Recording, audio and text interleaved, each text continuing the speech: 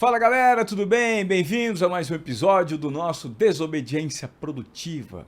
E hoje eu te convido para surfar no universo da música. Nós trouxemos um cara hoje que é compositor, produtor musical, intérprete, roda o mundo entendendo instrumentos e detalhe, hein? Ele já tem um Emmy e foi indicado a um Grammy, os grandes prêmios da música. É um brasileiro que mora em Los Angeles, na Califórnia, e está no Brasil e veio trocar um pouco de ideia com a gente sobre esse universo tão abrangente e tão transformador por meio de pessoas, né? E por meio da cultura de cada país. Hoje, a gente tem o privilégio de receber aqui no Desobediência Produtiva Lucas Meyer. Tudo bem, Lucas? Tudo bem. É Meyer tudo ou bem. Meyer? Olha, no Brasil é Mayer, né? É. Mas nos Estados Unidos é Meyer. É Meyer. Então, tipo, É porque é com Y, né? é M-A-Y-E-R. Isso. Tá bom. Agora vem cá, cara. Você tem um currículo, assim, muito extenso, que eu não li todo ele aqui. Eu acho que a gente pode conversar sobre isso durante o nosso bate-papo. Você ganhou mais de 200 prêmios nos últimos 3 anos, né? Então eu quero entender exatamente o que você faz, como você atua no universo da música. Mas aqui, antes de mais nada, eu fiquei pensando, olhando pra você. Se você fosse um instrumento, que instrumento você seria? Nossa, que pergunta, cara. Antes de responder a primeira. Só pra quebrar o gelo. Eu gostaria de ser um instrumento exótico. Tá. Né? Mas quando tu olha pra mim, eu tenho cara de quê? Ah, mas daí você jogou a bomba pro meu lado. Pô, eu gostaria de ser, sei lá, um zhonghuan, por exemplo. Que é Zhonghuan. É um instrumento típico do chinês, É. que eu gosto muito, por sinal, eu toco, eu acho muito legal. Ou então alguma coisa que fosse nova, mas com uma cara de vintage, sabe? Certo. Tipo um sintetizador maluco, alguma coisa assim. Tá. E você, quantos instrumentos você toca, na verdade? Eu sou guitarrista, né? Eu toco violão desde os meus 5 anos de idade, né? Me formei, depois violão clássico, fiz violino, mais um monte de outros instrumentos de corda. Só que por causa dessas viagens que a gente fez ao redor do mundo e conhecendo instrumentos e tudo mais, eu sempre tentei tocar instrumentos variados. Então, instrumentos de tecla, eu tenho um monte de sintetizador, um monte de guitarra, um monte de, sei lá, até percussões diferentes do mundo todo. Assim. Hoje é relativamente fácil você, quando eu falo relativamente fácil, é se você tiver o domínio dos instrumentos. Você colocar uma música no Spotify, por exemplo? Hoje é realmente muito fácil colocar uma música no Spotify, porque tem diversas distribuidoras que fazem esse serviço para ti, que são como selos digitais, onde você vai lá, faz o upload do seu arquivo, né, do wave file, do seu fonograma, registra isso lá e ele vai pro ar. Agora, se isso vai ser ouvido ou não, Aí é outros uma 500. outra história, entendi. Me conta um pouquinho sobre a da House Áudio e Inovação. Como é que funciona? Como é que é o seu modelo de negócio? Como é que você atua no mercado? Explica para o pessoal aqui do Desobediência Produtiva.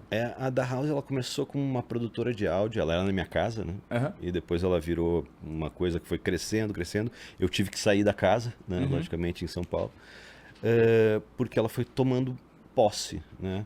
Inicialmente era uma casa onde iam ensaiar meus amigos, eu trabalhava numa outra produtora, né? Numa outra casa, eu era sócio de uma outra produtora.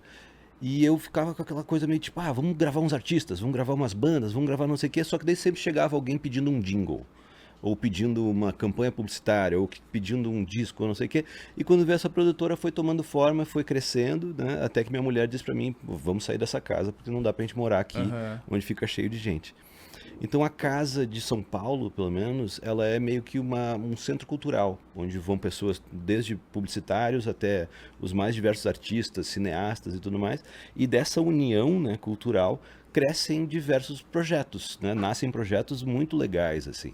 E um dos nossos principais projetos, na realidade, é a publicidade. A gente trabalha com publicidade, Sim. com clientes diretos, a gente faz jingle, faz composição para trilha sonora de filme, mas a gente cria coisas malucas também, sabe? Tipo, instrumentos musicais para fazer a assinatura sonora da Kia, por exemplo. A gente fez a assinatura sonora da Kia, a gente tem um contrato com eles de 25 anos, Nossa, onde a gente cara. criou um instrumento musical, que é um sintetizador, para tocar a assinatura sonora da Kia.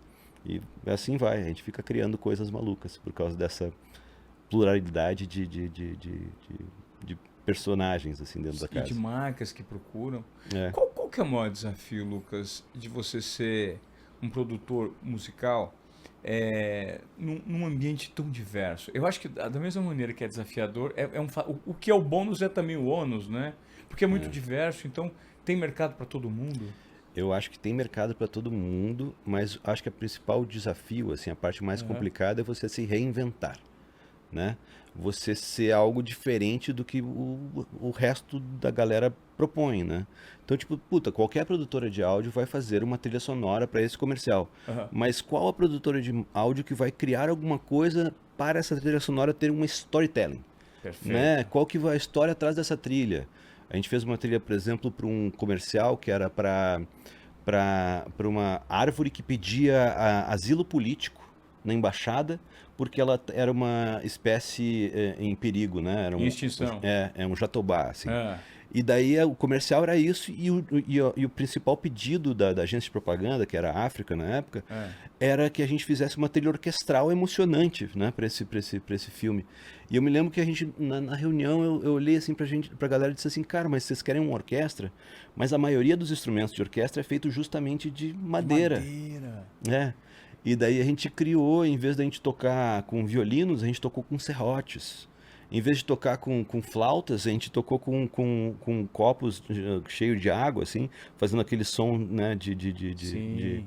Então, tipo, a gente criou uma orquestra com instrumentos que não eram feitos de madeira e ainda tinha esse main artist que era o nosso serrote que fazia a principal melodia.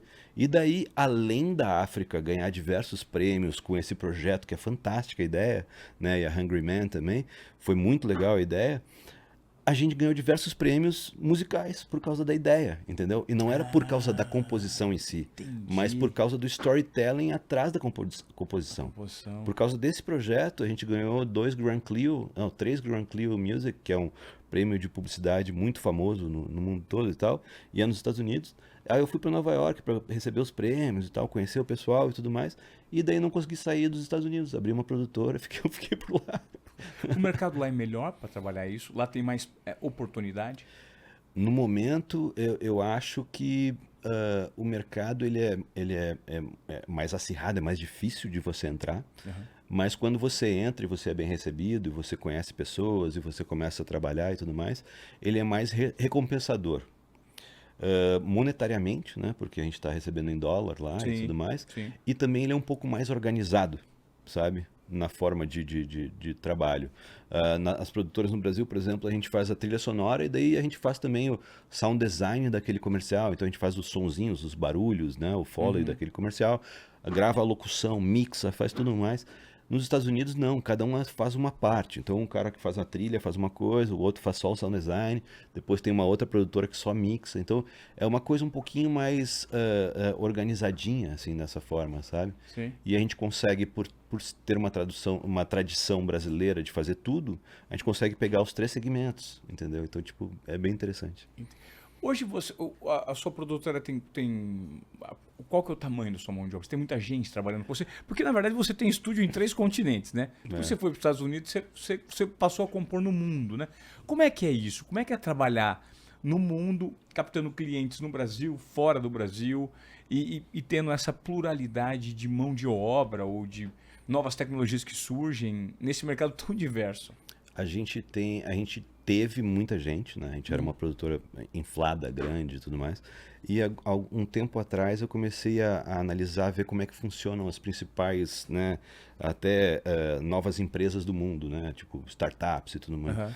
Cara, as maiores startups do mundo têm tipo 15 pessoas, né?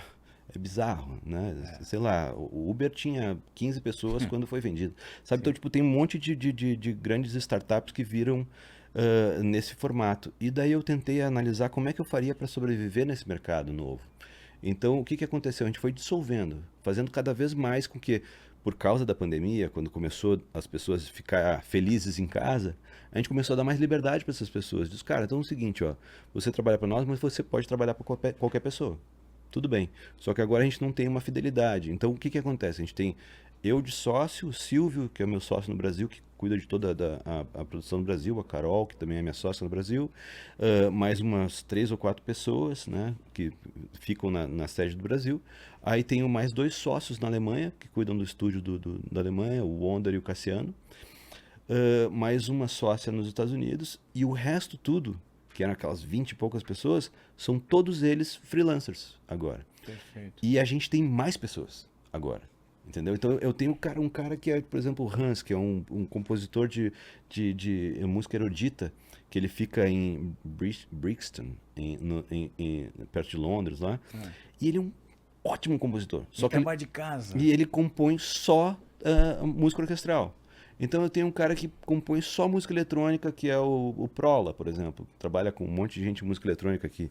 Então, tipo, a gente consegue, né, em vez de ter um produtor fixo que custa super caro e que ele consegue entregar diversas coisas, eu tenho diversos que conseguem entregar diferentes coisas. Então, o que a gente precisa ter é muito mais uma administração interna de conseguir liderar essa galera, e eles ficam muito mais felizes de chegar num briefing que é para eles, né? Entendi. Né? Então, tipo, é mais interessante, menos custoso, todo mundo é mais feliz, mais, né, livre nesse sentido, e a empresa está crescendo. A gente estava falando sobre, você estava me explicando sobre essa quantidade hoje de ferramentas que existem, né, para você criar, compor. Hoje eu poderia ser, se eu tivesse, como por exemplo, a mão de obra da tua empresa, um artista do Spotify?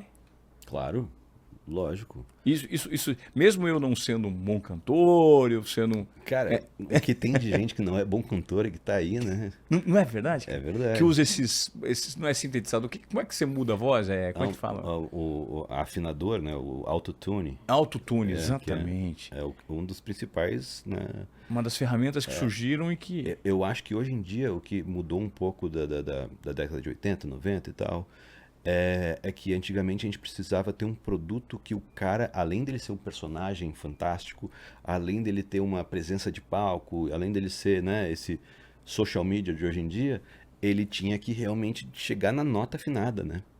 Ou então até a gente nem ouvia muito a afinação nessa época, que era mais acostumado a ter umas coisas mais afinadas e tal, mas com essas novas ferramentas fez com que pessoas que tinham o dom do palco chegassem ao palco.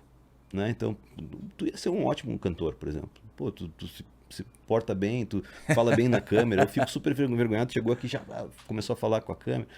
Né? Então, eu acho que tu poderia ser um puta de um cantor. Assim, ou né? seja, existem pessoas com essas características que colocam em prática essa vontade. Exato. E por meio desse aparato tecnológico que existe hoje, dá para se fazer. Exato. Eu acho que é muito mais fácil você fazer alguém cantar do que fazer alguém olhar para uma plateia e se portar como um artista.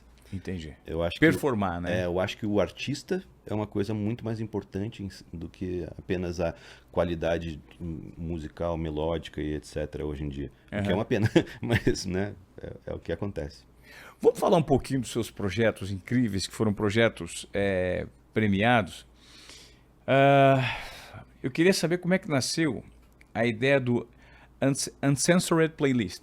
Nossa, esse aí foi um dos projetos mais premiados que a gente realmente fez. Eu tinha esse projeto que era o Le Tour du Monde, que era o meu programa de TV com minha esposa, né? Então a gente viajava ao redor do mundo gravando músicas nas ruas, né? Então era literalmente um programa de amor. A gente compunha sobre amor, sobre relacionamento, sobre as coisas que a gente tinha vivido em cada um dos lugares. Então a gente tinha essa expertise de gravar nas ruas e tudo mais. E uma vez quando a gente estava viajando, a gente passou por Berlim. A gente estava procurando músicos e a gente acabou conhecendo um monte de publicitários, né, no Mauer Park, assim. Daí conhecemos publicitários, fizemos amizade com um monte de publicitários, eles conheceram o nosso projeto.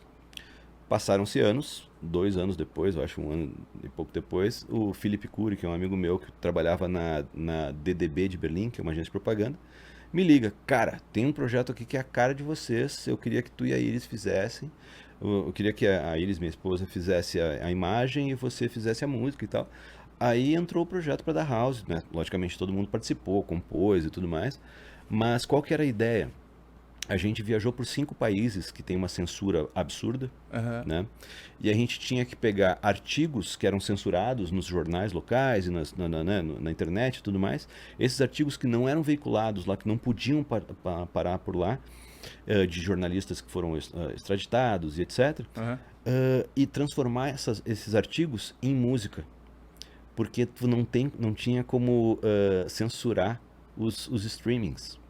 Então eles acharam esse tipo um loophole no sistema que você não tem como censurar aquele streaming. Então, Mesmo nesses países. nesses países. Então eles pegavam esse artigo, a gente traduzia, por exemplo, o primeiro parágrafo do artigo é o primeiro verso da música. Aí fazia um refrão. Então a gente tinha uma música, e não é um rap, sabe? É uma música que a gente gravava com artistas locais e tudo mais. E cada uma num estilo. E cada uma no estilo daquele país que a gente meio que assumiu, entendeu? É um pouco folk, porque a gente gravava com músicos de rua, com Tá. instrumentos locais e tudo mais, mas sempre com alguma coisa que a gente ouvia na rádio de lá, sabe? Entendi. Então, por exemplo, a música que a gente fez pro Vietnã foi uma das. Ficou entre as 7 mais ouvidas No Vietnã. Vietnã. Quantos países vocês passaram? Passamos por 5. Quais foram? Vietnã, Uzbequistão, Tailândia, Egito e China. E vocês escolheram a dedo esses 5 países por conta de censura. Quem escolheu isso foi a Reporters Without Borders, que é Repórteres Sem Fronteiras, Tá que bom. é a ONG que nos Aham. contratou, né, através da DDB de Berlim.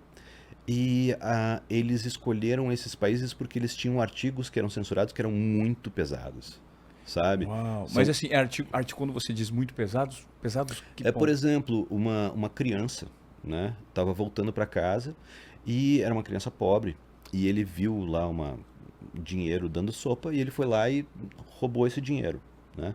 Que seria uma quantia de tipo, sei lá, quantos dinheiros agora? Seria 5 Sei lá. reais. Não, coisa Pouca coisa. super pouca. Tá. Essa criança foi presa, né? E daí essa criança ficou presa numa cela, né? Ou com ratos e tudo mais, né? Isso no Vietnã. Não, na Tailândia, quer dizer. E daí a mãe dele dormiu na frente dessa prisão esperando para a criança ser solta.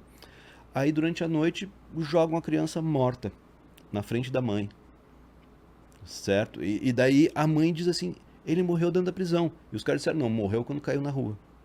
Uau. Só que ele tinha um buraco de bala na cabeça. E saiu no repórter deles, do policial, que ele morreu na rua.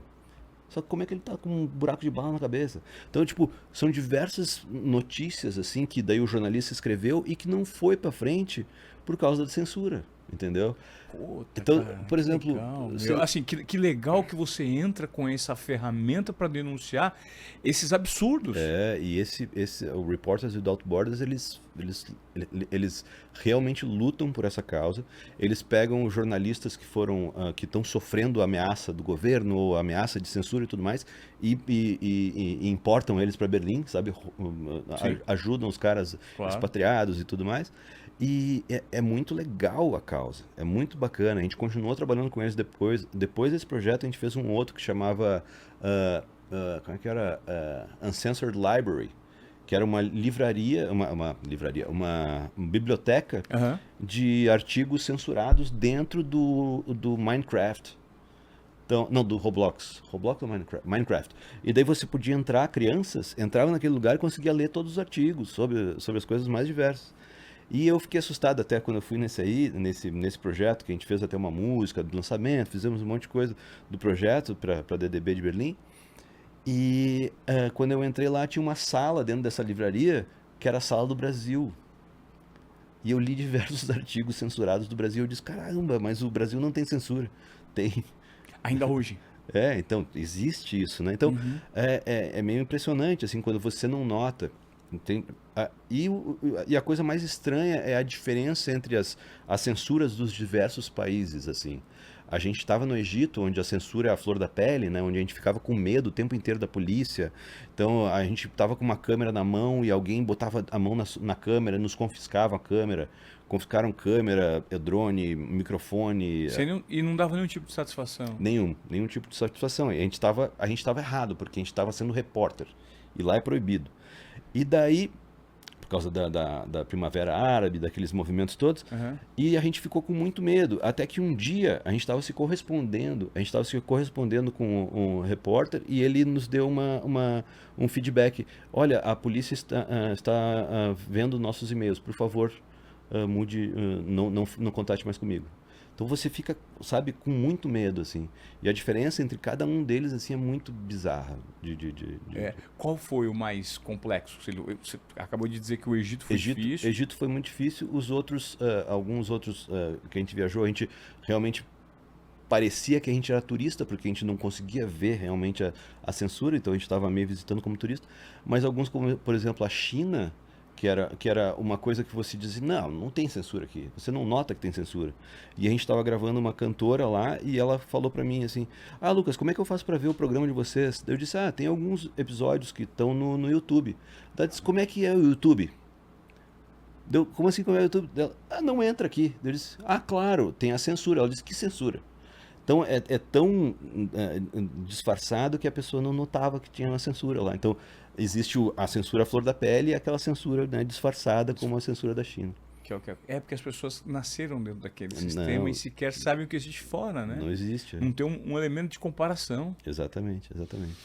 Ô Lucas, eu acho muito legal porque você, de certa forma, trabalhando com isso, você acaba tendo um repertório cultural muito aprofundado, né? Sobre relações humanas, sobre relações do governo com a população. Sim. O que mais, nessas andanças que você teve no mundo, o que mais te chamou a atenção, assim, em relação a situações que, enfim, extremas, que você falou, puxa vida, eu não acredito que eu estou vendo isso, eu estou lidando com uma situação assim.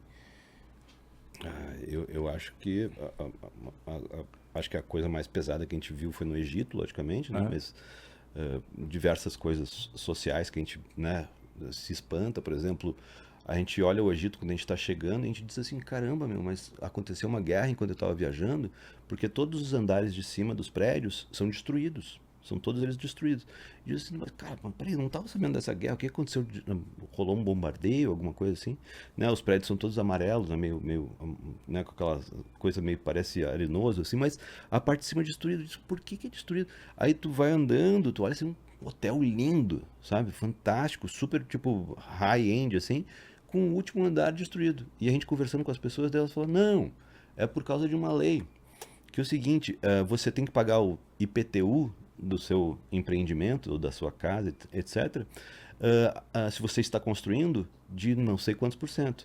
Agora, se você terminou a construção, você passa a pagar o IPTU completo. Então, as construções não são acabadas. Entendeu? Então você olha tudo destruído, mas não é porque tem uma guerra ou porque, sabe? Sim, é porque é proposital. É proposital, é uma coisa meio de tipo, evitar que você tenha um imposto muito alto. Mas que loucura, né? Uma tributação e que as pessoas têm que se adequar a isso. A gente faz isso o tempo todo, né? No Brasil, nos Estados Unidos, a gente tem que tentar se adaptar àquela tributação local. Como é que a gente faz para sobreviver nessa tributação? E essa é uma das coisas que me chamou a atenção, mas essa é uma parte engraçada, além da parte social, que é a parte mais pesada e tal. Agora eu queria que você me falasse um pouquinho sobre o projeto desse boneco que você está usando aí. Do The Client Said No. The Client Said No. Isso. Né? Ou seja, a banda das músicas rejeitadas. Exatamente. O que projeto foi esse? Cara, eu sempre quis ter banda, né? Então, tipo, tinha banda quando eu era adolescente, tocava com um monte de gente. Eu toquei agora, semana passada, com a banda da minha irmã. Então, eu adoro tocar. É muito gostoso de tocar. E todos os sócios da produtora são compositores, produtores, gostam de tocar em banda, né? Tinham banda e tudo mais. E daí, antes da pandemia, quando, né, a gente se encontrava assim, nas festas de finais de ano da produtora, a gente sempre vinha pro Brasil todos, né? A galera não tinha filho ainda, todo mundo ia para São Paulo para fazer a festa de fim de ano da House. E é uma festa que, cara, né, é bem famosinha, assim. E daí a gente sempre se reunia para fazer uma jam session, tocar e cantar umas músicas e tudo mais. E daí a gente se reuniu para fazer um ensaio. Vamos fazer um ensaio, vamos. Aí foi todos os produtores da House juntos, assim, um baterista, guitarrista, né, todo mundo junto, cada um tocando instrumento. Eu toco baixo, eu toco guitarra, beleza. Aí entrou no estúdio, eu me lembro que o Silvinho, que é o meu sócio aqui do Brasil, virou e falou, cara, vamos tocar só Guns N' Roses. Eu disse, pô, vamos. Aí eu pensei assim, cara, mas para aí, velho. Esse ano, a gente compôs quase uns 3 discos só pra Sony Bravia, que era aquelas televisões. A gente tava numa concorrência, a gente ganhou a concorrência. O modelo da Sony, né? Bravia. Isso. Só que pra fazer o comercial, a gente fez uma dezena de músicas. Pô, vamos rearranjar essas músicas em estilo que a gente goste e vamos tocar só músicas que foram, né, negadas pela publicidade. Ah, vamos, pô, tem aquelas da Kia, tem aquelas da Hyundai, tem aquelas não sei o quê. Quando veio, a gente tinha um puta disco, legal pra caramba, e a gente começou a arranjou elas meio folk, meio indie, assim. Uhum. E, cara, numa tarde fizemos, acho que foram umas 16 músicas, assim, 14 músicas, alguma coisa assim, e apresentamos as músicas na festa de fim de ano. Gente, essa aqui é uma música que a Kia não quis. Aí, pá, tocava. Essa aqui é uma música que a Coca-Cola não quis. Essa aqui é uma música... Ia dando risada, e a galera dando risada. E nisso, eu me lembro que tinha um amigo meu de uma agência de propaganda e disse, cara, essa música que a Kia não quis aí, né, eu quero pro comercial do meu restaurante. Deu, tá bom. Aí então, no primeiro show do The Client Said No, que era uma brincadeira, né, a gente já vendeu uma música. Licenciou essa música para um comercial de TV. Aí eu disse assim, cara, essa ideia é genial, né? Pô, vamos fazer alguma coisa disso aí. Sim. E daí a minha esposa veio com o nome. Ela disse, cara, vocês têm que chamar de The Client Said No. É o nome da banda. Daí a gente criou o nome da banda, lançamos um disco.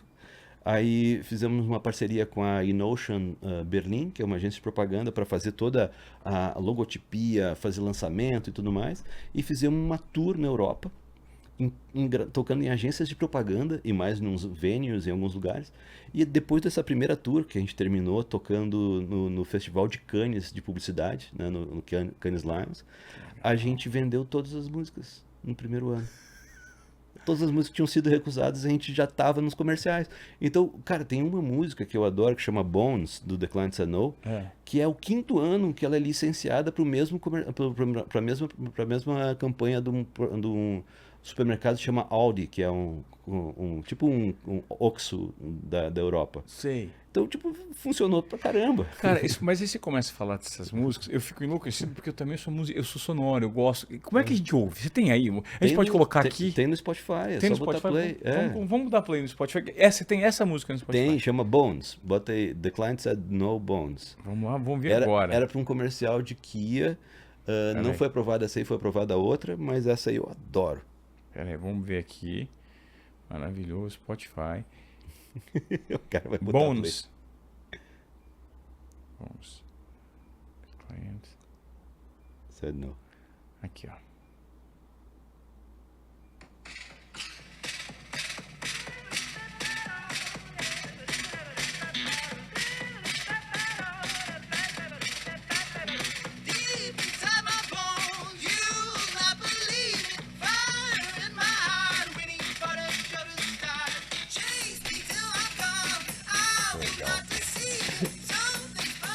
Que sonzeira.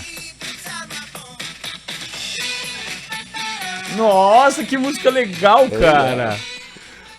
Pô, esse é um dos exemplos do que vocês criam. Exatamente. A gente, não, literalmente assim, em vez de a gente deixar a coisa na gaveta, pô, vamos tirar da gaveta e vamos deixar isso que é a arte também, sabe? Muito legal. Então, eu gosto muito de falar que as músicas que a gente faz pra publicidade, elas são arte, elas são música. Né? Então é muito cativante e recompensador tu conseguir fazer esse tipo de projeto. Porque existia antigamente, acredito eu, que com menos recurso, essa composição direcionada era muito mais fácil você comprar uma música de um artista que já compôs. Eu me lembro, cara, de uma propaganda da Nike dos anos 80, que eu amava a música, era pequenininho no interior de São Paulo, não sabia que música que era. Eu falava, cara, eu tinha um refrão na cabeça.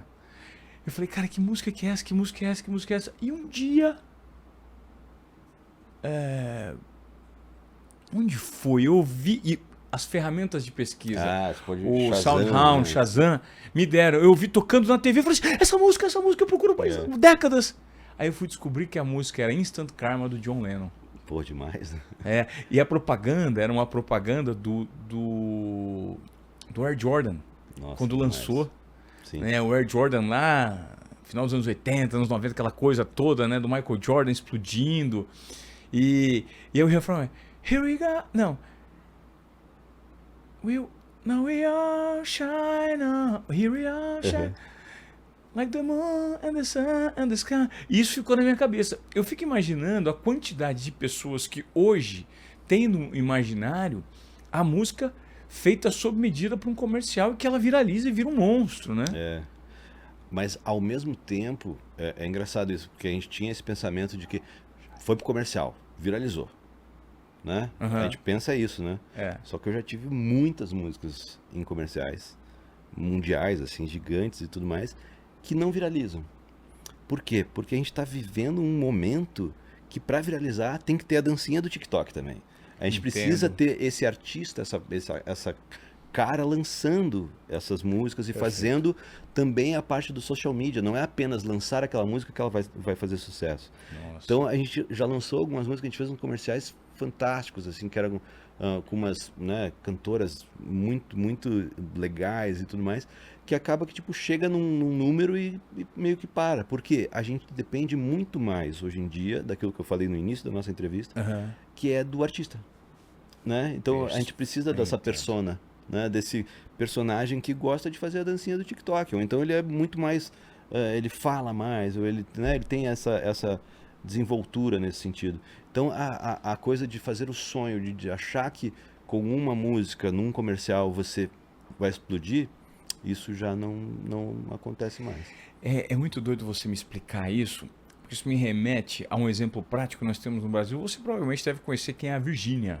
Virgínia? Virgínia, não conhece? Não, desculpa. Mas é interessante porque como o mundo é feito de nichos, né? Não precisa pedir desculpa porque não, mas também não conheço. Eu conheço uma Virgínia, minha prima também, conheço um monte então, de Virgínia. Então, é que a Virgínia hoje é uma das maiores influenciadoras do Brasil. Porque ela é justamente essa persona que viraliza no TikTok e ela lança as músicas do marido. Música é subjetivo, né? E o marido da Virgínia, o Zé Felipe, ele faz brega funk.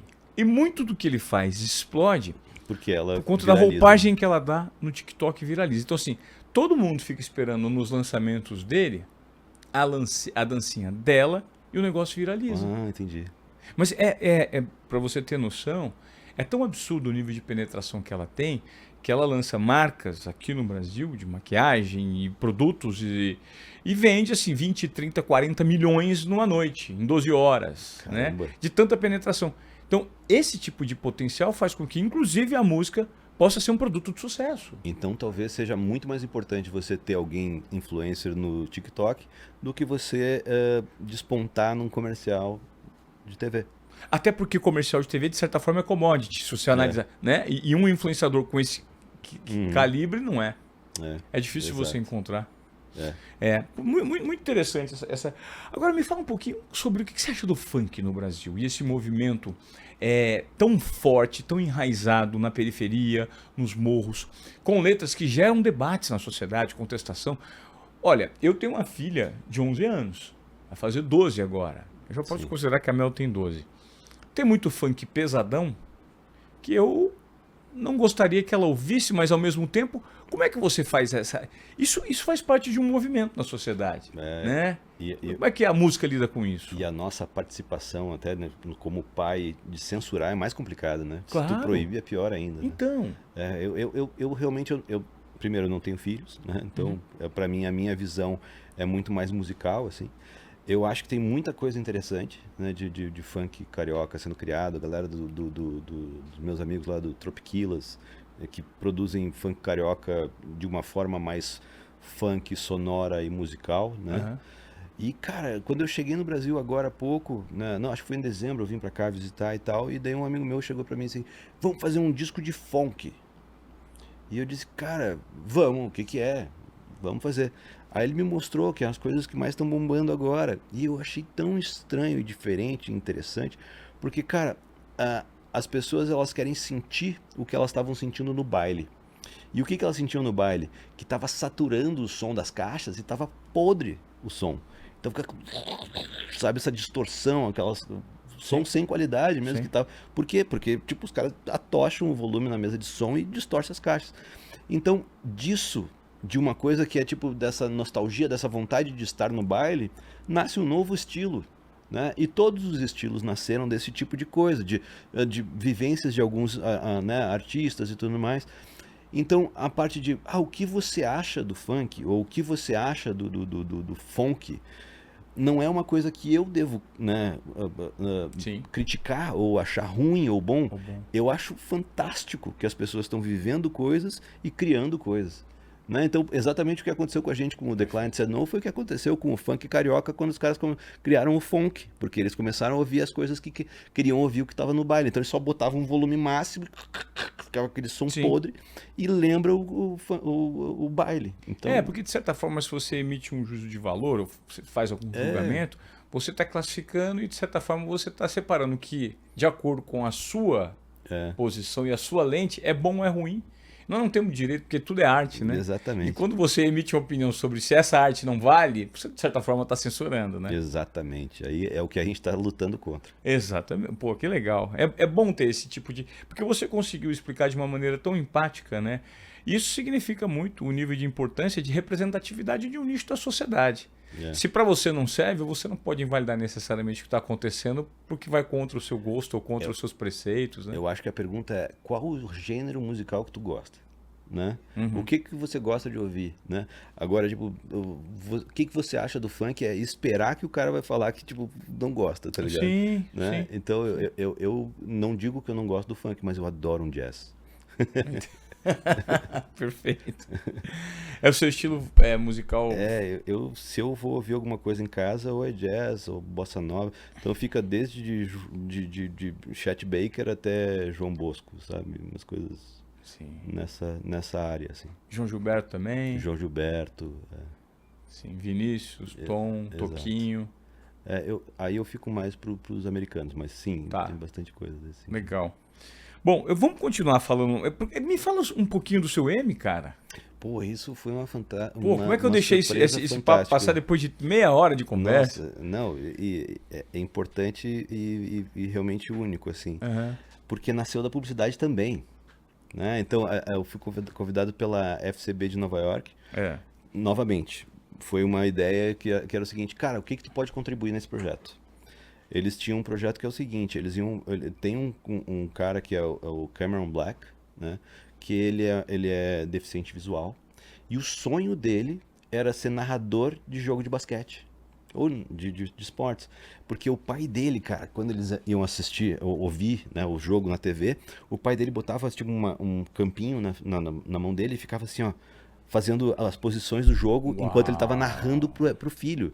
Então ele tem essa lembrança do filho, do pai narrando para ele, sabe? Então ele tem essa paixão e a voz dele é fantástica, ele sabe tudo de basquete, sabe tudo de todos os jogadores. Então ele tem uma enciclopédia super estudada, né, sobre o jogo de basquete e sobre a história e tudo mais.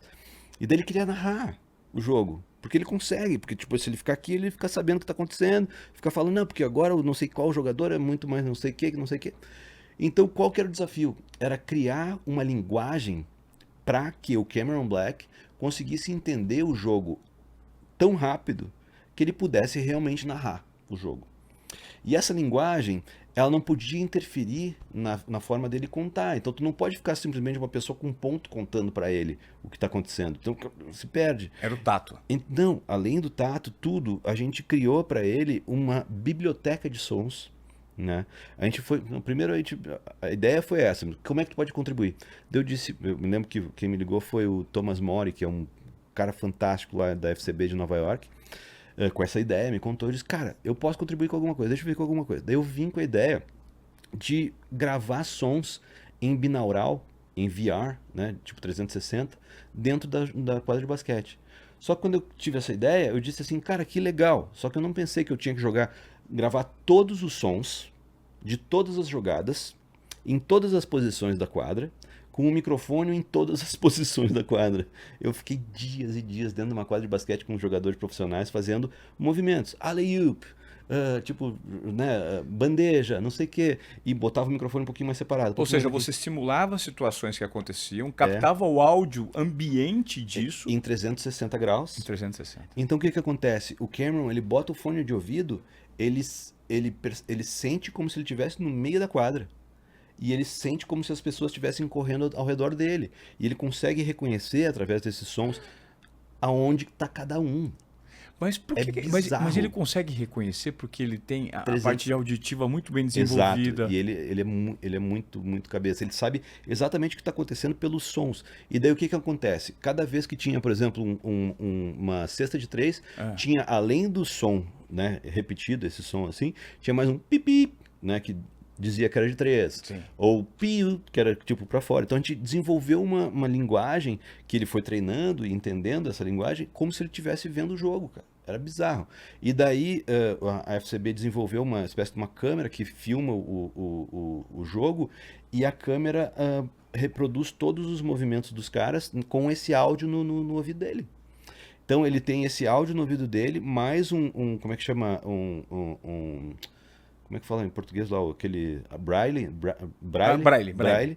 O Braille, e mais um colete que vibra, dando mais informações quanto às coisas do campo. Cara, e daí o mais legal, o vídeo que passa, né, para os caras narrarem quando é tipo a distância e tudo mais, dá um delay de uns 30 segundinhos, uma coisa assim. No dele, que não tem vídeo, não dá delay. Então ele consegue narrar antes dos caras. Tipo, é muito legal. Ou seja, a parte sensitiva foi tão desenvolvida que ele consegue traduzir isso em palavras de uma maneira incrível. E esse projeto foi o ganhador? Esse projeto foi, né, patrocinado pela Michelob Ultra. E daí a ideia era tão legal que era para ser uma case da Michelob Ultra patrocinando esse narrador para chegar e atingir esse sonho. Cara, foi crescendo, quando virou um documentário. Documentário sobre isso. E o mais legal do documentário, para mim, né, o mais interessante é que, já que eu participei dessa forma criativa, não apenas fazendo música e tudo mais, eu participo do documentário, tô eu falando lá, não, porque o áudio de VR é não sei o que. E daí, cara, ganhamos um M com o documentário, que inicialmente era uma ideia de publicidade, sabe? Então, tipo, ele tá disponível aonde? Na AMC Plus, EMC Plus. EMC Plus. Que no Brasil era a AMC mesmo, né? Eu não sei se é um canal aberto aqui. Não, era um canal fechado. AMC Plus. No YouTube você não consegue assistir a esse documentário. Não, só o trailer. Você vê no trailer lá. Só o trailer. Mas cara, é fantástico. O Cameron é um cara muito criativo e ele tá lá narrando coisas agora, sabe? Tipo, muito legal. Você Talvez eu esteja muito aquém de fazer as perguntas perto do conhecimento que você tem para falar sobre esse segmento de música. Porque, por exemplo, o que você acabou de trazer para a gente é um case extremamente desafiador do ponto de vista profissional e que você precisa estimular a sua criatividade, né? Como é que você estimula a sua criatividade, Lucas? Cara, eu acho que aquilo que a gente falou no início, né? Viajando, conhecendo gente. Eu estava falando com minha esposa sobre qual é o principal, né, tipo, qual a principal tração na minha vontade de viajar, porque ela gosta de viajar, ela ama viajar, ela gosta de viajar porque ela é fotógrafa, ela foi convidada agora para fazer uma exposição de fotografia no Japão e eu já quero abrir uma produtora, então tipo, a gente Japão. A gente acaba fazendo as coisas juntas por causa de diferentes drives, assim. E eu tava conversando com ela qual que era o principal drive dela, assim. O principal drive dela é ver coisas fantásticas, ver natureza, ver um prédio fantástico, tirar uma foto com uma luz linda, não sei o quê. E o meu principal drive é cultura, é em conhecer pessoas. É tipo, puta, quanta gente a gente conheceu lá. Puta, eu tenho um grande amigo. Se alguém me pergunta, cara, o que tu achou do Egito? Cara, fiz uma amiga muito legal lá, sabe? Então, eu gosto de falar sobre pessoas, eu gosto de conhecer pessoas, porque essas pessoas me vêm com inputs e a gente conhece as pessoas e conhece novas tecnologias, novas ideias, e a gente vai tendo ideias por causa dessas coisas, sabe? Então, o seu repertório cresce, né? Exatamente. Eu acho que eu conheci esse microfone VR 360 que é da Sennheiser por causa de alguma viagem que a gente fez. E eu comprei ele na Europa porque eu gostava de fazer 360. Então a gente fez até um programa que chamava... Era patrocinado pela Samsung VR. A gente foi o primeiro canal da Samsung VR do Brasil que a gente fazia jam sessions com bandas ao redor do mundo. Então a gente viajava e daí você botava aquele óculos da VR e tudo mais, e quando você virava assim, o áudio se virava junto, sabe? Então eu ouvia o cara falando do lado esquerdo, ouvia do lado direito, é muito interessante. Esse tem no YouTube, você pode entrar lá, é LTDM 360. LTDM 360. A gente vai deixar depois, eu vou falar com a produção já aqui na descrição da nossa bio, desse podcast, Sim. todos os seus trabalhos e Legal. onde Os estão, links, tá. para o pessoal conseguir acompanhar, porque, Sim. assim, de certa forma a gente tem que... As pessoas ficam curiosas, né? Querem ouvir, querem a ilustração disso que a gente está falando e... Esse de VR, cara, era muito legal. Pena que a Samsung descontinuou o óculos, mas era, cara, tu botava o óculos, fone de ouvido aqui, e você entrava dentro de um ambiente 360 graus, assim, como se você estivesse lá. E tem até eu me lembro que tem uma jam session que eu fiz com uma banda acho que foi na Austrália, não me lembro, The Bloom, não, em Londres, com uma banda australiana. E era num ambiente todo escuro, e a Iris botou umas luzes só na cara dos caras. E daí quando você vai ouvir aquilo de fone de ouvido e de óculos, você meio que fica tonto, assim, perde o chão, sabe? É muito legal, é muito divertido. Eu adoro essas coisas, eu acho tecnologia uma coisa fantástica.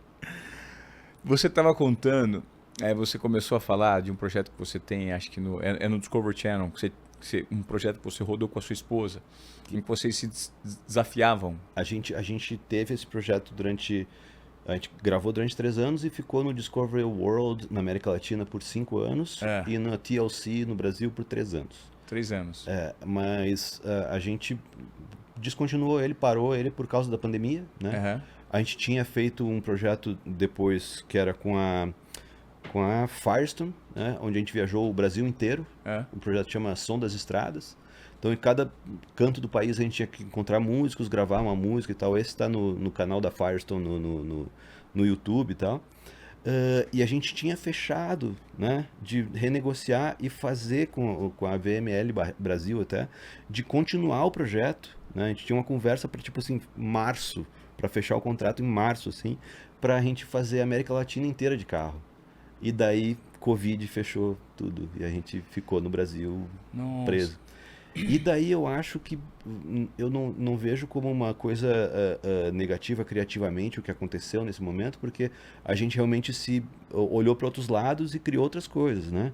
Então eu acho que eu só estou nos Estados Unidos agora com a produtora por causa dessa situação que a gente viveu aqui, porque eu estava super confortável em Berlim com a minha produtora lá, né? Então acabou que a gente vai para outros lados com as crises que a gente passa, né? Mas realmente foi uma pena que a gente perdeu essa oportunidade de fazer com a Firestone toda a América Latina. E descobrir músicas específicas. Nossa, imagina o que a gente ia passar. Ia ser fantástico. Né? Ia ser muito legal. Ia voltar com 1 milhão de instrumentos novos. Quando a gente viajava em 2015, quando a gente começou o projeto, a gente sempre, eu pegava, comprava um instrumento típico, aprendia ele a tocar e viajava com ele. Então pegava uns aviões, umas vezes, com 5, 6 guitarras diferentes, com uns instrumentos diferentes. E era sempre aquela luta com a companhia aérea. Hoje em dia é muito pior, né? Tipo, não consegue entrar com... Pra embarcar, né? É, muito difícil. Você, assim, como você toca uma infinidade de instrumentos, fica muito simples, automático num determinado momento, Lucas, para aprender? Não, mas eu toco todos eles mal. Eu não toco nenhum instrumento bem. Se eu tocasse todos os instrumentos bem, eu ia ser, né, tipo, super dotado. Mas eu consigo gravá-los de uma forma que eu possa apresentá-los numa música, né? Eu acho que o instrumento que eu melhor tocava, né, violão, guitarra, essas coisas assim, eu acabei abandonando um pouco porque, cara, a gente produz tanto, né? Outro dia eu fui gravar uma guitarra para um artista e daí eu tinha que fazer um solo meio esmirilhador, aqueles caras que tocam rápido pra caramba. E eu, na minha, né, adolescência, eu tocava Yngwie Malmsteen, tocava, sabe, essas coisas iguais. E daí, hoje em dia, realmente meio que fica travado, assim. Mas a cabeça a mil e cheio de ideias. Então, quando eu vou gravar, por exemplo, um zonghuan, né, que é aquele instrumento chinês lá e tal, eu gravo ele por etapas, né? Então, tipo, eu gravo, né, e quando você ouve aquilo, fica legal, assim. Então, eu acho que eu tenho muito mais qualidade de gravação e saber música do que a habilidade em tocar o instrumento. Entendi. Porque você direciona para aquilo que você quer, né? Você sabe extrair daquilo o mínimo para fazer um produto que faça sentido com aquele instrumento. Exato. Ô Lucas, e o trabalho hoje com artistas renomados? Vocês também fazem esse tipo de trabalho com músicas de grandes artistas? Como é que funciona isso? Você teve contato já com algum grande nome que você tem que, de repente, fazer uma alteração aqui ou ali, num som desse cara? Como é que é? Então, interessante. Para publicidade, logicamente, já gravei diversos artistas, já fiz, né, diversas coisas de publicidade, assim, com grandes nomes que foram no meu estúdio gravar, e, né, para publicidade. Mas, por causa dessa nossa nosso amor à arte, a gente sempre teve o selo acoplado à da House. A gente tem um selo que se chama Dorsal Music, onde a gente lança artistas, lança música e tudo mais. Uma das coisas, um dos artistas que eu tenho orgulho pra caramba de ter descoberto, né? Porque ele era estagiário da House e virou um artista de mainstream agora, foi o JP. Você sabe quem é o JP? JP. Ele é fantástico. E ele era meu estagiário e foi virando, né, um grande artista. Produzi as primeiras músicas dele e agora ele saiu da Dorsal, que é o nosso selo, e assinou com a Sony. Então, tipo, ele tá bombando por aí. Explodindo, né? Explodindo. É muito legal ter passado, assim, ter, né, esculpido esse cara. Mas nesse meio tempo, né, desde o lançamento do selo e da House andando em conjunto e tal, a gente sempre gravou artistas. Eu já gravei a Elza Soares, Ney Matogrosso, já gravei o Zé Cabaleiro, já gravei Rubel, Francisco Elombre, 1 milhão de artistas. E eu sempre tinha algum drive, alguma ideia de, né, com os meus sócios e tal, de chegar em alguma marca. Então a gente, acho que foi 2015, 2014, por aí, eu fiz a trilha sonora para o Pedro Serrano, que é um diretor muito famoso e bem bacana, para um filme que era o Paulo Miklos interpretando o Adoniran Barbosa, né? Era um curta-metragem na época. E daí, por causa disso, eu conheci a gravadora do Adoniran Barbosa, conheci a Eldorado, que é a rádio, Uhum. e nessas conversas a gente descobre que tinham 20 e poucas músicas inéditas do Adoniran Barbosa, lá, separadas. E daí você chegava... Inéditas. Inéditas, nunca tinham sido gravadas. E daí você chegava lá, tinha a partitura e tinha uma letra. E daí, às vezes, a partitura não tinha um nome. Então você tinha que cruzar se vai funcionar aquela partitura com aquela letra. Então foi um trabalho desgraçado, assim. Mas a gente conseguiu, né, traduzir aquelas partituras, aquelas letras. E gravamos um disco, em 2015, de músicas inéditas do Adoniran Barbosa. Que tem Legal, cara. Criolo, tem Ney Matogrosso, um monte de artistas assim. E nessa tentativa, nessa vontade de fazer, lançamos esse disco pela Eldorado, foi super bem o disco. E fui chamado pela agência de propaganda da Eisenbach. Aham. Eles chegaram, cara, você tinha um disco de inédito da Adoniran, vamos fazer uma coisa parecida? Eu disse, cara, ainda tenho 11 músicas. Daí eles assim, cara, então, são 11 músicas inéditas do Adoniran nos 110 anos da morte, um monte de coisa que confluía para a mesma coisa, entendeu? Sim. E daí a gente lançou um disco de 11 músicas inéditas do Adoniran Barbosa, patrocinado pela Eisenbach. E daí a gente foi pro Grammy com esse disco. Foi bem legal. Que legal, cara. Foi... Ou seja, é tudo imprevisto, né? Os pontos vão se conectando. Exatamente. E eu acho que é isso que eu te falei. A gente vai conhecendo pessoas e fazendo conexões e passando de um para o outro com ideias novas e se, né, tipo, deixando a criatividade fluir numa conversa, Sim. que faz com que os projetos se criem. Eu digo isso para minha esposa, a gente nunca sabe o que vai acontecer. A gente mora em Los Angeles por um acaso. A gente estava em Nova York por causa do Clio, né, que a gente tinha ganhado e tal. E nisso, vamos visitar Los Angeles porque tem uns brasileiros pra gente conhecer lá. Quando eu estava visitando Los Angeles, uma amiga disse para mim, cara, o Mário Caldato, que é um produtor fantástico lá de Los Angeles, tá interessado em entrar um pouco no lance da publicidade e tal. Falei com o Mário, fechei uma sociedade com ele, fiquei 1 ano dividindo um estúdio com o Mário Caldato, que é o produtor do Beastie Boys, do Jack Johnson, do Beck, Bjork, sabe? E a gente dividindo o estúdio, eu dizendo assim, cara, eu aprendendo com o cara. Então eu ficava lá fazendo uma música para o comercial da Disney Adventures, e daqui a pouco entrava o Mário com Mad Lib, sabe? Tipo, eram umas coisas muito doidas, assim. Tipo, eu tava fazendo o disco do Gustavo Bertoni, que é um artista que eu gosto muito lá, e daí tava lá o Mário mixando o disco novo do Planet Hemp, sabe? Então foi muito bacana. E foi interessante que eu disse assim pra minha mulher assim, vamos morar em Los Angeles. E era completamente ao acaso. Então eu acho que todas essas coisas são dependentes do acaso e de conversa e de conhecer pessoas. E de estar aberto para as possibilidades, né? Exatamente. Porque, de certa forma, quando você tem uma mentalidade um pouco mais fechada e não se abre a oportunidades, você talvez seja o grande exemplo de... Quando você começou? Você começou com 5 anos? Não, comecei violão clássico. Minha mãe era professora de violão clássico com 5 anos. Aí, aos 10 anos, eu ganhei um violino da minha avó, porque não queria que eu tocasse guitarra. Eu disse, não, guitarra não vai tocar. Daí me deu um violino. Daí eu fiz 2 anos de violino clássico, né? E daí ganhei uma guitarra da minha mãe quando eu tinha 12 e daí virei guitarrista. Daí tocava em banda de Metallica cover, sabe? Fazia essas coisas. E depois fui evoluindo, né, pra essa parte musical. E meu pai era publicitário, né? Meu pai tocava violão também, mas meu pai era publicitário. Então aí quando eu fui fazer faculdade, meus amigos que eram músicos, vou fazer música. Eu disse, cara, vou fazer publicidade. Aí eu fiz publicidade, assim, foi uma união das duas coisas, assim. E os pontos se conectaram, né, meu? Exatamente. Você sabe que eu tive uma experiência muito transformadora com música, porque há mais ou menos uns 2 anos eu entrevistei um advogado. Ele era advogado, Gil, o advogado, que não gostava de ser advogado.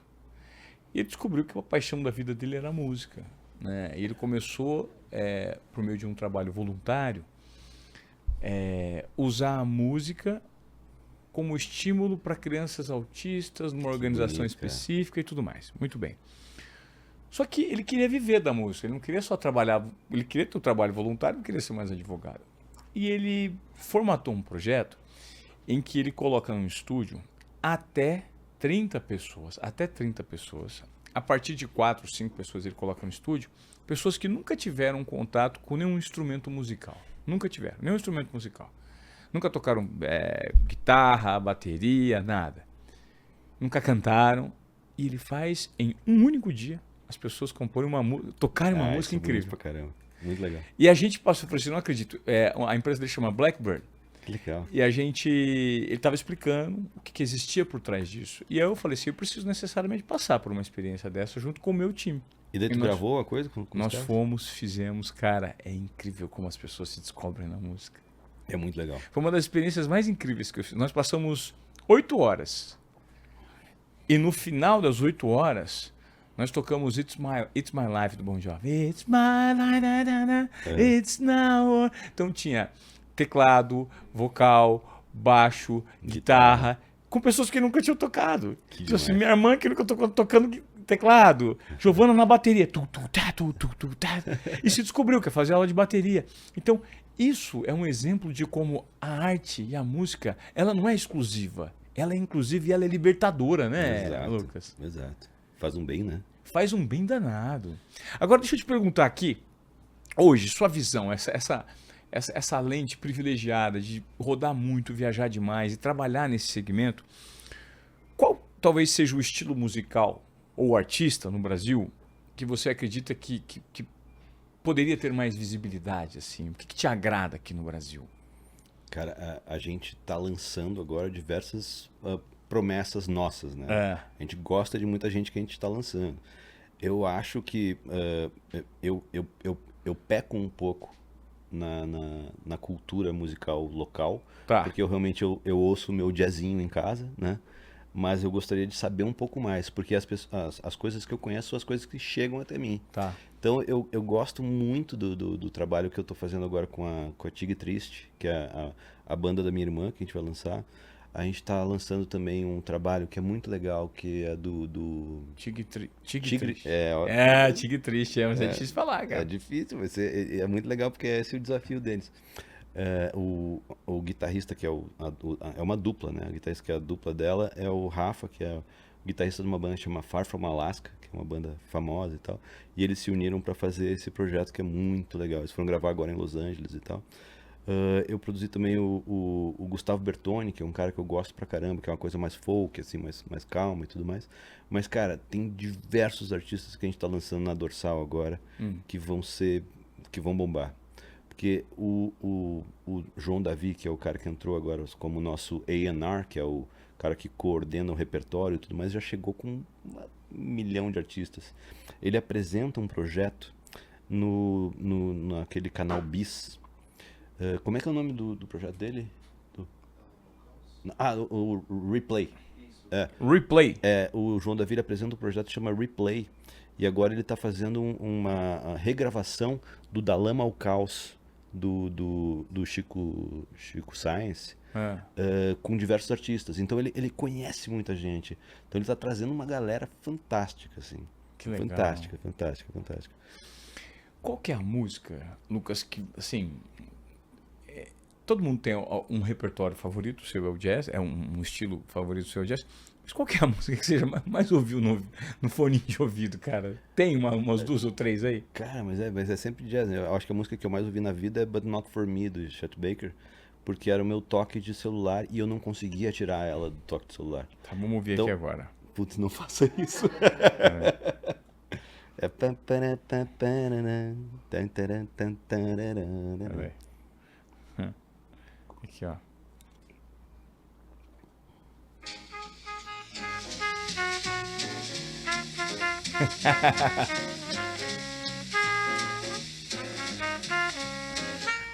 Cara, e a galera da minha É. produtora sabia que era o toque de celular e eu tava passando, alguém botava play no computador, assim, e eu...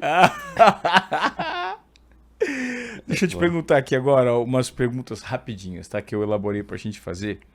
Vamos nessa. Como foi dessa? Se você pudesse produzir um álbum pra qualquer artista da história, vivo ou morto, quem seria? Putz, John Lennon, Aham. Chet Baker, mais? Não sei. John Lennon e Chet Baker. Tá bom, né? Pô, tá bom. Bom demais. Bom, legal. Eu acho que tem artista que é meio improduzível. Eu acho que eles seriam Tipo, improduzíveis. é esses, né? Putz, cara, deve ser muito difícil você dar uma opinião. É esses. Como é que você vai dar? Uma opinião pro John Eu Lennon. acho que eu seria um técnico de som de gravação dos caras, tá ligado? Porque eles iam estar com as ideias. Eu não ia chegar pro cara e falar assim, pô, vamos mudar um pouquinho esse acorde. Não, né? Cara, é muito louco. Eu falei daquela música, né, de uma propaganda que marcou minha vida, eu nunca esqueço. E aí o U2 regravou Instant Karma, do John Lennon. E quando eu fui puxar o vídeo dessa música, né, pra ver se eu encontrava o comercial lá do final dos anos 80 e tal. Mas eu encontrei o John Lennon fazendo uma apresentação dessa música, só ele no piano, com a banda, né? Ele já estava separado dos Beatles. E a Yoko Ono tá do lado, fazendo crochê vendada. Que demais. E ele tocando com aquela garra, aquela, Sim. né? E aí você vê a referência que você citou, o John Lennon, você vê quanto algumas pessoas se inspiram nele. O cara do Coldplay lá, o Chris Martin, se inspira muito nele, né? Aquela coisa do tocar o piano, de fazer aquilo. Então, ter tido contato com essas figuras, esse tipo de artista com uma produção assim, deve ter sido incrível. Nossa, né? deve ser fantástico. Deve ser Nossa, deve ser tipo... lindo, né? Hoje alguém tem alguém representativo assim no seu entendimento, como esses caras na música? Vários. Quem que você acha assim, Vários. incrível, Tu fenômeno? acabou de falar do YouTube, né? Eu acho que tem vários artistas fantásticos. Até a gente estava falando agora há pouco lá sobre aquele comercial que a gente fez pra Kia com o... Como é o nome dele? O Harry Styles? O Hairstyles, sabe? Então, tipo, Sim. tem esses caras que são, né? Esse cara é bom, né? meu? Fenômeno. Fenômeno. Eu acho fantástico. E agora tu lembrou de uma coisa do YouTube que eu acho muito interessante. A gente passou por uma situação que é um pouco parecida. O YouTube, eles lançaram um disco no iPod, vocês lembram disso? Vocês lembram que ele lançou um disco no iPod e daí... Qual disco era? Era Joshua Tree? Não, era o... Joshua Tree. Não me lembro qual que era, mas foi na década de 2000, assim. Ah. Não, foi depois do Joshua Tree, não me lembro qual que era. Mas, enfim, eles lançaram um disco no iPod e as pessoas não conseguiam deletar o disco. Então as pessoas odiaram. Só que era uma atitude boa, sabe? Então, tipo, a criatividade, às vezes, ela transcende e a gente meio que se perde, né? Então, Aham. e daí aconteceu uma coisa que foi interessante. A gente fez a assinatura sonora da Kia, né? Então a gente foi brifado para criar uma assinatura sonora. E daí a gente, em vez de criar uma assinatura sonora, a gente criou um instrumento musical que toca sons da natureza e criou os sons, a assinatura sonora da Kia. Aí a Kia adora e tal, e daí a gente criou todos os sons dos carros elétricos da Kia com aquele sintetizador. Então você acelera aquele sintetizador, sabe? Tipo, todos os sons são do sintetizador. Que legal, cara. Aí a Kia chegou pra nós, né? A Kia Mundial lá de Seul, chegou pra nós e falou assim: cara, a gente gosta tanto desse sintetizador, você não consegue criar umas músicas pra fazer essas músicas, né? Tipo, com o nosso sintetizador? Eu disse, claro, aí criamos um disco. Aí a Kia adorou, botou em diversos comerciais esses discos. Esse é um exemplo que eu falei lá do comercial, que tem diversos comerciais com músicas minhas que a gente não viralizou, mas Tá, mas são incríveis as músicas. são legais, são muito legais. e obedecendo diversas regras da neurociência para chegar num sentimento Tá. daquela coisa toda. E daí fizemos essas músicas, lançamos e tal, e daí aqui eles, puta, adorei. Vamos botar esses sons em todos os nossos carros EV6? Aí a primeira coisa que eu falei, não faz isso, e o tio já fez. Mas daí eles lançaram. Aí ficou Acho que obrigatório. É. 2023 e 2024, eu acho, os carros EV6 da Kia vinham com o disco esse do Wave, que é um artista virtual que a gente criou, com essas músicas criadas com o nosso sintetizador. Que legal. Então, tipo, eu fiquei assim, caramba, cara, será que vai ser um YouTube? Será que as pessoas vão odiar? Nunca tive esse feedback, mas Entendi. tá lá. Se você tem um EV6 lá, você conhece minhas músicas. Ó, qual superpoder você usaria, se você tivesse um superpoder, para resolver um problema na indústria da música? Nossa, eu acabaria com os serviços de streaming. É complicado isso, porque tipo, é a forma de você botar a sua música hoje em dia na vitrine é a forma que menos paga, né, os seus royalties. Quando você fala streaming, são os serviços de Spotify, Deezer, etc. Isso arrebentou? Arrebentou com a nossa forma de renda, né, digamos assim. Cara, eu sou um artista muito pequeno, né? Eu tenho, acho que uns 20 mil plays por mês, né? Não, mais que 20 mil. Eu tenho 20 mil ouvintes mensais, mais um monte de plays. Lá tem música minha com mais de 1 milhão de plays, né? É. E a arrecadação que eu tenho para isso não dá um almoço, sabe? Então é meio... É bizarro, né? É bizarro. Então, aonde que o artista vai ganhar? O artista vai ganhar no show e vendendo o vinil, que agora tá voltando, ou vendendo camiseta, vendendo merchan, né? E a gente tem essa performance que, tipo, o principal produto do cara não vende, né? Porque tipo, tu não ganha grana com o não é ele produto que do cara. distribui, né? Então é muito bizarro, é bizarro esse formato. A gente tentou fazer por alguns anos uma ideia de arrecadar esse dinheiro em criptomoeda, pagando os artistas em cripto sem o atravessador, mas igual, a divisão, a grana que o Spotify fica, é muito bizarro. É muito bizarro. Mas o Spotify, como que ele faz? Ele repassa um percentual por plays? Cada play é tipo 0,003 cents de dólar, uma coisa assim. E se você não quiser? E aí você fica refém do Spotify, porque se você não tiver sua música lá, ninguém ouve. Ninguém vai ouvir, né? Porque as pessoas, o jeito de ouvir música hoje em dia é muito efêmero. Tu não bota um disco pra ouvir, né? Não. A pessoa ouve o single que tá naquela playlist. É Se isso. não tiver na playlist, a pessoa não vai ouvir. Então, eu acho que complica bastante você não estar aonde as pessoas ouviram, né? Se eu não tiver com a minha música no Spotify, quando você passar pela música no comercial, você não vai ouvir no Shazam. Sabe? Tu vai botar no Shazam e não vai achar, né? Então, tipo, se não tiver no streaming, tu não vai conseguir achar a minha música que tá no comercial. Então é complicado. Da mesma forma que isso, de certa isso democratizou para o ouvinte, complicou para o artista, né? Para os produtores. Eu não sei se a solução seria essa de acabar com o streaming, mas seria de fazer com que o streaming pagasse de forma correta, né? Esses plays, né? Outra coisa que é muito estranha é, por exemplo, no Brasil, a gente produz uma música para um comercial. E cada vez que esse comercial toca na TV, eu não ganho direito autoral. Sabe? Eu não ganho meus direitos. Eu, como compositor, não ganho direito autoral. Sabe? Então é estranho. Nos Estados Unidos você ganha o direito autoral. Na Europa você ganha o direito autoral. Isso é, cada vez que passa o comercial naquela televisão, a televisão vai lá e diz: ó, passou o comercial, essa música desse cara aqui, ó, tá aqui o dinheirinho dele. Sabe? Então, Mas isso acontece, por exemplo, com os cantores e compositores na música, nos comerciais. No comercial no Brasil não paga direito autoral. Se paga através de um jeito meio estranho, tipo escondido, que a gente não consegue achar. A gente está começando a recolher alguma parte do direito autoral com uma advogada, né, que está indo atrás dessas partes de publicidade e tal, mas é muito difícil. Cara. Mas o ECAD não é isso?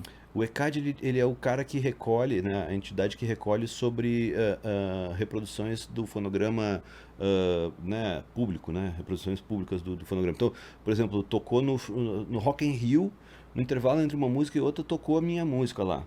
Aí eu ganho um dinheirinho, porque eles recolhem sobre quantas pessoas tem naquele local e tudo mais. Tá. Então é tipo uma coisa mais física, né? Realmente, né? Uma coisa mais física. Então, tipo, eu sei que recolhe, né? Você ganha direito autoral para tocar na rádio, você ganha direito autoral para tocar em ambientes ao vivo e tudo mais. Tem uma fatia do direito autoral que você recebe sobre os streamings, só que também no Brasil é muito difícil de você saber onde é que ela vai, o que acontece. Eu nunca realmente recolhi direito autoral sobre streamings, mas é tão pequeno, cara. É tão pequeno que chega a ser vergonhoso. Ou seja, é difícil viver de música no Brasil. É Assim realmente como é muito difícil viver de arte no Brasil. Exatamente. Então, se você puder ser criativo e puder unir a música com outros segmentos e outras ideias, e tipo, cara, é a parte interessante da coisa. Hoje, como é que você olha para o futuro da House? No momento que a gente está de transformação, é um momento de expansão. Como que você vê desde o início esse nível de evolução da House? Eu acho que tem aquela frase do Einstein que ele falava: eu não me preocupo com o futuro, né? Muito em breve ele virá. Então eu acho que eu sempre regi a minha vida dessa forma de não me preocupar o que vai acontecer. Sabe, tipo, eu me preocupo, logicamente, né? Como todo mundo se preocupa, tem essa angústia no mundo, mas eu não me preocupo em saber o que a da House vai ser, saca? Porque ela vai indo para os lugares, cara. E a gente vai criando coisas diferentes. Nesse momento, a da House do Brasil, por exemplo, virou uma venue. A gente tem shows, cara. Toda segunda-feira do mês, a gente tem o segunda, que é toda segunda, tem a segunda. Tem a segunda, que é onde vai ter shows, lançamentos de artistas. Aonde fica? Fica na da House, que fica do lado do metrô Vila Madalena. Então, cara, as coisas vão crescendo e vão indo para uns lados que a gente não sabe. Quando vê, a da House do Japão vira um bar, sabe? Ou quando vê, a gente faz um barco em Cannes para, né, fazer show. Então, eu acho que eu nunca sei muito aonde a gente vai estar, né? Mas eu sei que eu tô sempre aberto, a gente está sempre aberto para ideias novas e para tipo criar coisas juntas, assim, sabe? Criar coisas malucas. Um exemplo que a gente não falou agora, por exemplo, foi quando o pessoal da AKQA de Los Angeles me ligou: Lucas, você que sabe tanto de AI, que sabe dessas coisas aí e tal, né? Cara, atendimento lá da AKQA me vendeu para um dos CCOs da AKQA como um expert em AI. Nossa. Eu disse: pô, que legal ser conhecido como expert em AI. Não estudei nada de AI, só fico conversando com as pessoas.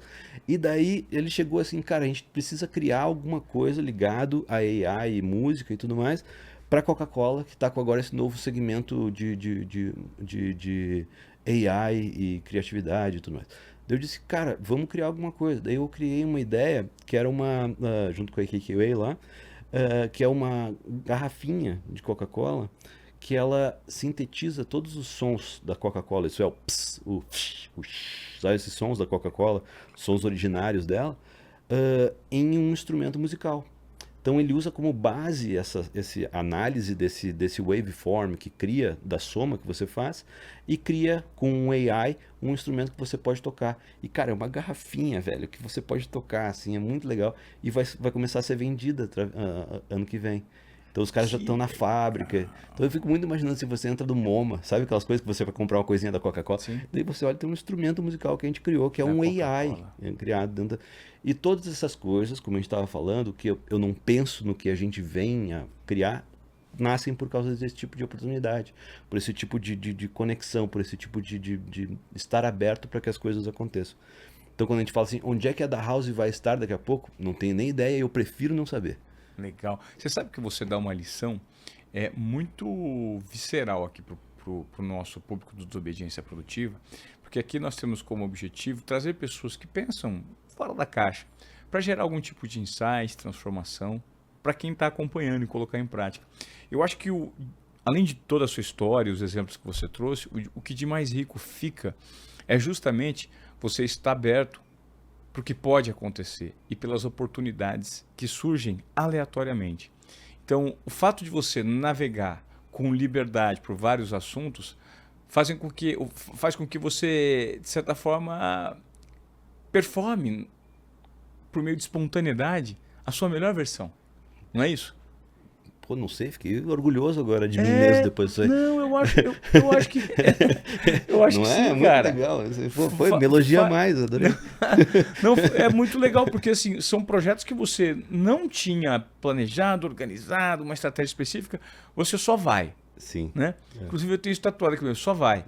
Você se joga para as oportunidades. E o público do Desobediência Produtiva, o nosso estímulo aqui é que as pessoas quebrem os próprios protocolos, entreguem mais do esperado, usando um pouco de intuição, de confiança no próprio trabalho. Posso falar uma coisinha pro público, então?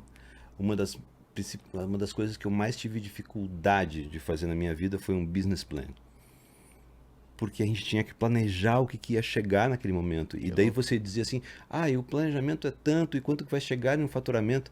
Cara, não tenho ideia. Entendi. E os seus business planos sempre foram na prática, né? Na prática. Você colocou na Exatamente. prática. Muito bom.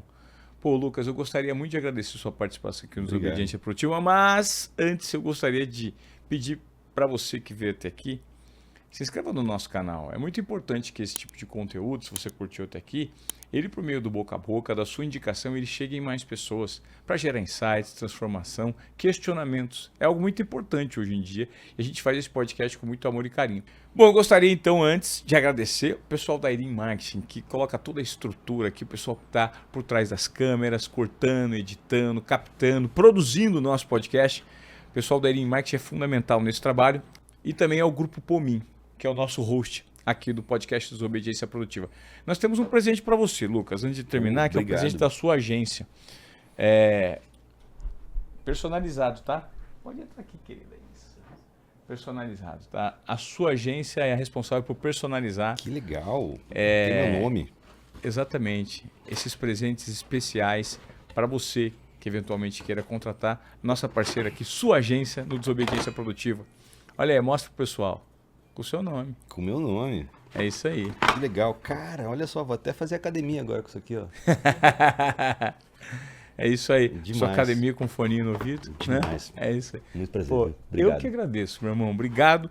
Bom, curtiram? É isso. A gente está aqui para quebrar protocolos, entregar mais do que esperado e chacoalhar sua cabeça. Obrigado, Lucas, mais uma vez. Valeu, galera. Tamo junto.